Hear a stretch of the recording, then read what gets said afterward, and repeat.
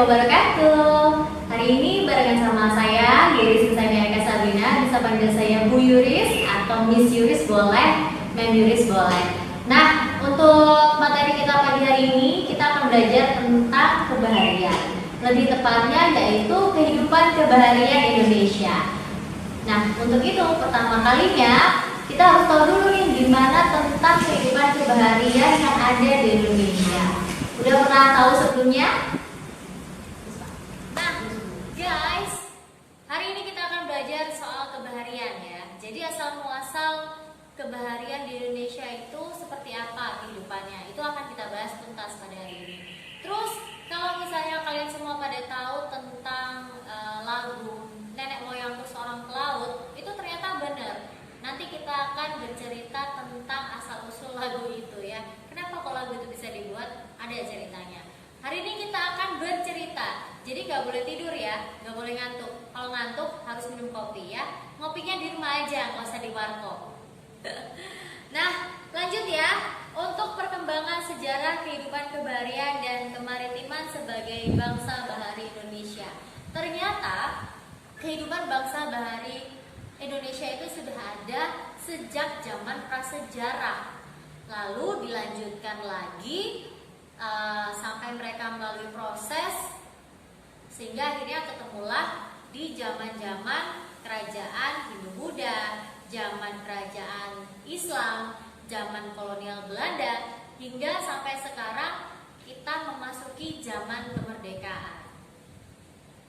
Kalau dulu di zaman Neozoikum atau Kainozoikum ada yang namanya Kala Holosin.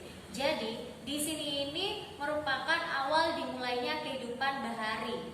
Nah, pada Kala Holosin ini sudah terbentuk laut dan juga ada beberapa pulau-pulau yang sudah terbentuk. Salah duanya adalah Pulau Sunda dan Pulau Sahul.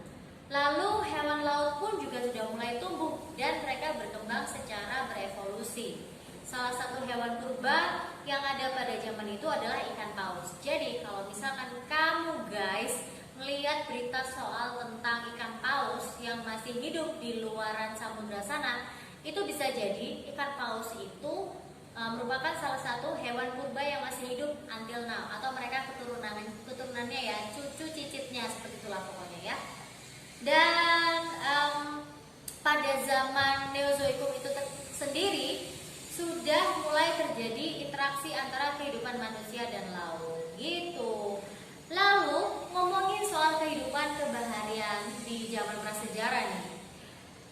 Di zaman prasejarah itu, manusia prasejarah itu hidupnya tidak menetap di satu tempat, alias berpindah-pindah, yaitu nomaden.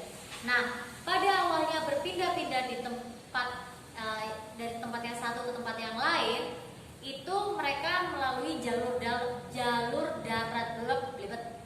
Tapi harus tetap mereka menemukan yang namanya hutan belantara, yang akhirnya mereka harus menembus hutan belantara itu. Karena di hutan itu banyak binatang-binatang binatang-binatang buas ya, hewan-hewan buas yang mereka sering temui di situ dan juga mereka sering tersesat di dalam hutan belantara. Akhirnya mereka mulai berpikir untuk berjalan menyusuri sungai yang ternyata lebih menguntungkan dan lebih memudahkan mereka untuk memulai sebuah kehidupan dan membuat sebuah ekosistem hidup di situ, di pinggiran sungai itu. Gitu guys. Terus ketika mereka merasa sungai ini mulai penting bagi mereka, akhirnya mereka ingin lebih tahu lagi kira-kira apa sih yang ada di pucuk sungai, apa ya kalau kita bilang di ujung sungai. Akhirnya mereka membuat sebuah alat untuk berlayar di sungai. Kemudian terciptalah perahu di situ dan pada akhirnya mereka bisa berlayar di laut. Nah, itulah asal usul dari kehidupan nenek moyang kita, dari mulai mereka hidup di darat hingga mereka bisa berhasil menemukan laut. Tapi itu masih fase pertama ya. Fase keduanya ini nih, ada seorang ahli sejarah dari bangsa Eropa yang menyatakan bahwa sebetulnya nenek moyang bangsa Nusantara kita ini adalah yaitu mereka yang datang dari Asia Tenggara atau bisa disebut Indochina atau Yunan. Nah, pada masa itu Jazirah Asia Selatan disebut Hindia Muka dan daratan Asia Tenggara dinamai Hindia Belakang. Oh, jadi depan sama belakang gitu maksudnya. Dan mereka datang dalam 2 gelombang, guys. Gelombang migrasi besar-besaran melalui laut itu terjadi sekitar tahun 2000 sebelum Masehi sampai 500 tetap ya sebelum Masehi. Terus sumber penghidupannya mereka gimana dong? Tetap tergantung dari laut. Makanya nenek moyang kita seorang pelaut. Jadi selain mereka hidupnya bergantung dari yang namanya laut, nenek moyang kita ini juga berani mengambil resiko menempuh ombak menerjang badai. Menempuh ombak menerjang badai, itu lagunya Ninja Hattori ya guys ya. Nah, dalam jarak yang sangat jauh dengan tingkat teknologi dan kehidupan kebudayaan yang masih sangat sederhana, bahkan dibilang minim ya, minim sekali, nenek moyang bahasa Indonesia kita yang hanya berbekal semangat dan jiwa bahari yang tinggi berhasil mengatasi berbagai rintangan dan tantangan dalam menyeberangi lautan hingga sampai ke wilayah Nusantara. Karena cuma menggunakan perahu getek ya atau sampan yang sangat sederhana sebagai alat transportasi laut yang dimiliki pada zaman tersebut, dan mereka sangat amat memanfaatkan fasilitas yang ada yang disediakan oleh alam, yaitu angin musim. Karena zaman dulu belum ada mesin gitu. Tapi cuma dengan itu aja, perahu getek sama angin musim ya, mereka udah bisa nyampe ke Indonesia. Keren kan? Makanya nenek moyang kita tuh keren banget gitu.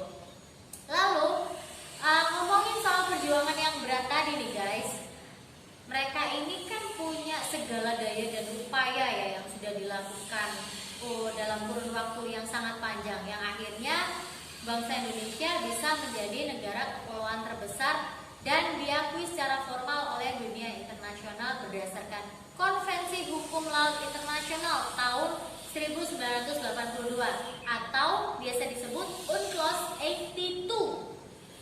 Jadi setelah banyak upaya dan usaha yang dilakukan oleh pemerintah, terutama dari aspek legal yang terdiri dari berbagai aturan dan ketentuan serta deklarasi dan berbagai kebijakan tentang kelautan, nyatanya hingga saat ini kegiatan dalam bidang kelautan Indonesia masih sangat tertinggal kalau dibandingkan dengan negara-negara lain. Kayak apa tuh misalnya? Misalnya dalam hal olahraga air, perlombaan air, banyak lah ya. Terus budidaya sumber laut, seperti itu tuh masih banyak tertinggal sebenarnya Indonesia ya. Apalagi kalau yang pernah dibahas sama Ibu Susi, mantan Menteri Perikanan Indonesia, kesalahannya Indonesia itu banyak. Apalagi ketika bayi-bayi lobster dijual dengan harga murah ke luar negeri, padahal kita sebagai orang Indonesia bisa membudidayakan bayi-bayi lobster itu untuk bisa menjadi sebuah lobster yang besar dan bisa dijual dengan harga yang lebih mahal. Itu tuh salahnya Indonesia ya, yang ditiru ya guys ya. Terus setelah itu yang perlu kita bangun, yang perlu kita kembangkan adalah karakter dan jiwa bahari Indonesia sebagai bangsa kebaharian, seperti kerajaan Sriwijaya dan Majapahit ketika mereka menjadi sebuah kerajaan-kerajaan maritim yang besar pada zamannya saat itu.